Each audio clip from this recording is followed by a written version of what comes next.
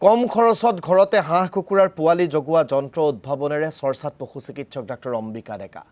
নলবাৰীৰ চিকিৎসকগৰাকীয়ে 13 বছৰে চলাই আহিছে নীৰৱ সাধনা। নিজৰ দায়িত্ব পালনতে সীমাবদ্ধ নাথাকি নিজ প্ৰতিভাৰে আন 10জনক সহায় কৰি আহিছে এইগৰাকী চিকিৎসকে। মাত্ৰ 2ৰ পৰা 10,000 টকাতে এই স্বয়ংক্ৰিয় পোৱালি জগোৱা যন্ত্ৰটো ঘৰতে সাজি ল'ব পাৰিব বুলি মন্তব্য ডাক্তৰ ডেকাৰ। 2022 চনত অসম চৰকাৰৰ পৰা কৰ্মশ্ৰী বঁটা লাভ কৰিবলৈ সক্ষম হৈছিল পশু চিকিৎসকগৰাকীয়ে।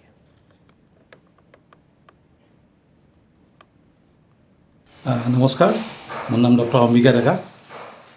মই অসম চৰকাৰৰ আমাৰ নলবাৰী জিলাৰ জাপজাপুচিত অৱস্থিত যিখন কুকুৰা ফাৰ্ম আছে, মই তাৰে মেনেজাৰ। এই ফাৰ্মখনত মই 2005 চনৰ পৰা কাম কৰি আছোঁ, বৰ্তমানলৈকে তাত কাম কৰি আছোঁ। আৰু আমাৰ যিখন ফাৰ্ম, এই ফাৰ্মখন হৈছে এখন ডেমনষ্ট্ৰেশ্যন ফাৰ্ম।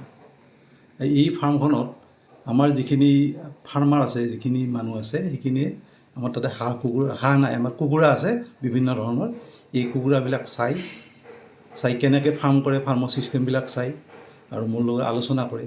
আৰু আমি মাজে মাজে কিছুমান প্ৰশিক্ষণৰ ব্যৱস্থা কৰোঁ।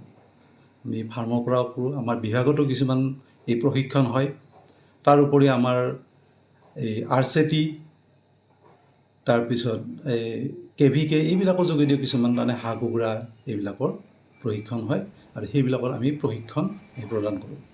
হয়, মই পশু চিকিৎসক, কিন্তু মই এতিয়া কুকুৰা পালনৰ লগতে মই মেনেজাৰ হিচাপে মই জড়িত হৈ আছোঁ। আচলতে আমাৰ